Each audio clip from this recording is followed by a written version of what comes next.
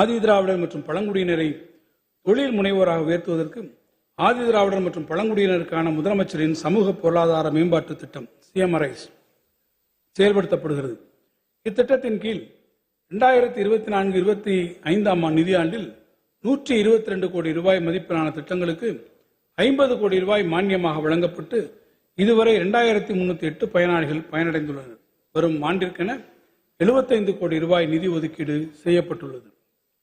ஆதி திராவிடர் குடியிருப்புகளில் அடிப்படை வசதிகளை ஏற்படுத்தி தர அயோத்திதாச பண்டிதர் குடியிருப்புகள் மேம்பாட்டு திட்டம் செயல்படுத்தப்படுகிறது. இத்திட்டத்தின் மூலம் சாலைகள், தெருவிளக்குகள் மற்றும் குடிநீர் வசதிகள் உள்ளிட்ட அடிப்படை உட்கட்டமைப்பு வசதிகள் மட்டுமல்லாமல் 120 கிராம அறிவுசார் மையங்கள் 117 கோடி ரூபாய் மதிப்பீட்டில் கட்டப்பட்டு வருகின்றன. 2025-26 ஆண்டிற்கான வரவு செலவு திட்ட மதிப்பீடுகளில் இத்திட்டத்தை செயல்படுத்திட 280 கோடி ரூபாய் நிதி ஒதுக்கீடு செய்யப்பட்டுள்ளது.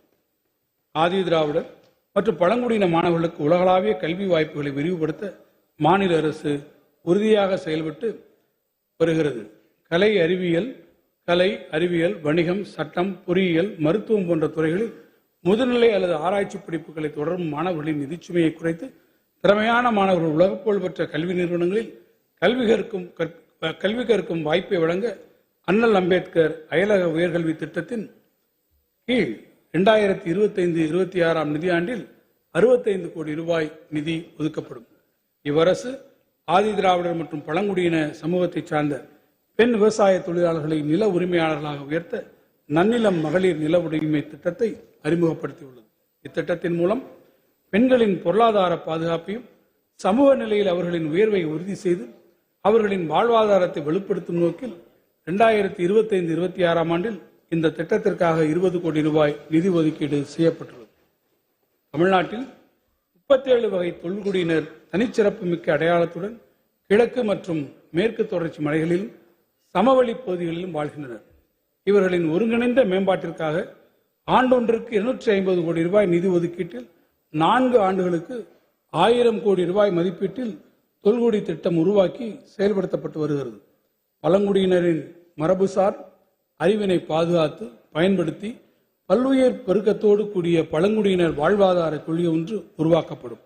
முதற்கட்டமாக ஈரோடு மாவட்டம் பர்கூர், கடம்பூர் மலைப்பகுதிகள் மற்றும் கள்ளக்குறிச்சி மாவட்டம் கல்வராயன் மலைப்பகுதிகளில் அரசின் நலத்திட்டங்களை ஒருங்கிணைத்து பழங்குடி மக்களுக்கு திட்டப்பயன்கள் வழங்கப்படுவதை உறுதி செய்வதோடு அப்பகுதிகளுக்கேற்ற சிறப்பு திட்டங்களை நிறைவேற்றிட 2025-26 ஆண்டிற்கான வரவு செலவு திட்ட மதிப்பீடுகளில் 10 கோடி ரூபாய் நிதி ஒதுக்கீடு செய்யப்பட்டுள்ளது.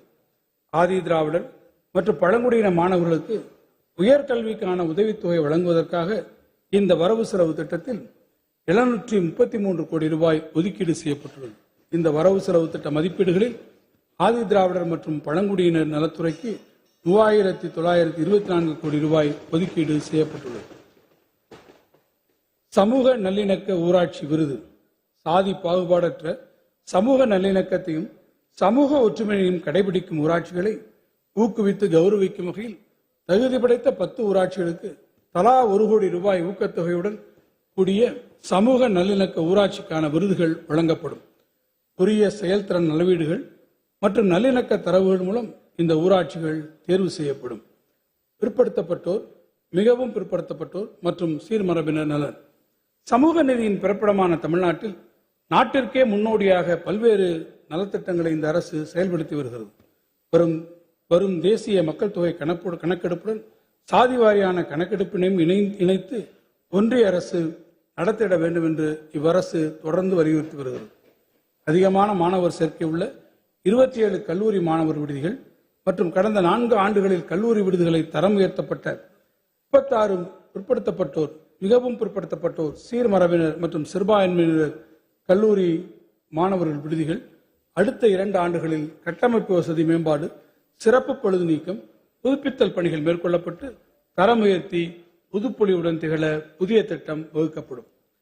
9 மற்றும் 10ஆம் வகுப்பு பயிலும் 2,92,271 பிற்படுத்தப்பட்டோர் மற்றும் மிகவும் பிற்படுத்தப்பட்டோர் மாணவர்களுக்கு கல்வி உதவித்தொகை வழங்க தேவைப்படும் தொகை 117 கோடி ரூபாய். எனினும் ஒன்றிய அரசு இந்த நிதியாண்டில் வழங்கிய 19 கோடி ரூபாய் தொகை மூலம் மிகவும் குறைவான மாணவர்களுக்கு மட்டுமே கல்வி உதவித்தொகை வழங்க இயலும் என்பதால் மீதமுள்ள மாணவர்களுக்கு மாநில அரசு நிதியிலிருந்து கூடுதலாக 98 கோடி ரூபாய் ஒதுக்கீடு செய்யப்பட்டு 2 லட்சத்திற்கு மேற்பட்ட பிற்படுத்தப்பட்டோர் மற்றும் மிகவும் பிற்படுத்தப்பட்ட மாணவர்கள் மகிழ்ச்சியுடன் கல்வி பயில்வது உறுதி செய்யப்பட்டுள்ளது. இந்த வரவு செலவு திட்ட மதிப்பீடுகளில் பள்ளி படிப்பு உதவித்தொகை வழங்குவதற்காக 146 கோடி ரூபாயும், பள்ளி மேற்படிப்பு உதவித்தொகை வழங்குவதற்காக 335 கோடி ரூபாயும் ஒதுக்கீடு செய்யப்பட்டுள்ளன. சிறுபான்மையினர் நலன். சிறுபான்மையினரின் சமூக பொருளாதார மற்றும் கல்வி மேம்பாட்டிற்கென தமிழ்நாடு அரசு பல்வேறு திட்டங்களை செயல்படுத்தி வருகிறது. இதுவரை 159 கல்வி நிறுவனங்களுக்கு சிறுபான்மை நிலை சான்றிதழ் வழங்கப்பட்டது மட்டுமின்றி இவற்றில் 103 கல்வி நிறுவனங்கள் நிரந்தர சான்றிதழும் பெற்றுள்ளன. ஒன்றிய அரசு சிறுபான்மையின மாணவர்களுக்கு வழங்கி வந்த கல்வி உதவித்தொகையினை கடந்த 2022ஆம் ஆண்டு முதல் நிறுத்திவிட்டாலும் தமிழ்நாடு அரசு வக்ஃப் வாரியத்திற்கு வழங்கிய 12 கோடி ரூபாய் நிதியை கொண்டு 1 லட்சத்திற்கு மேற்பட்ட 1 முதல் 8ஆம் வகுப்பு வரை அரசு மற்றும் அரசு உதவி பெறும் பள்ளிகளில் பயிலும் சிறுபான்மையின மாணவர்களுக்கு கல்வி உதவித்தொகை வழங்கப்பட்டு வருகிறது. பழமை வாய்ந்த பள்ளிவாசல்களையும் தர்காக்களையும் பழுது பார்ப்பதற்கும் சீரமைப்பதற்கும் வரும் நிதியாண்டில் 10 கோடி ரூபாய் மானியம் வழங்கப்படும்.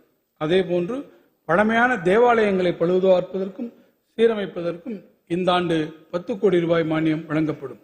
இந்த வரவு செலவு திட்ட மதிப்பீடுகளில் பிற்படுத்தப்பட்டோர், மிகவும் பிற்படுத்தப்பட்டோர் மற்றும் சிறுபான்மையினர் நலத்துறைக்கு 1563 கோடி ரூபாய் ஒதுக்கீடு செய்யப்பட்டுள்ளது.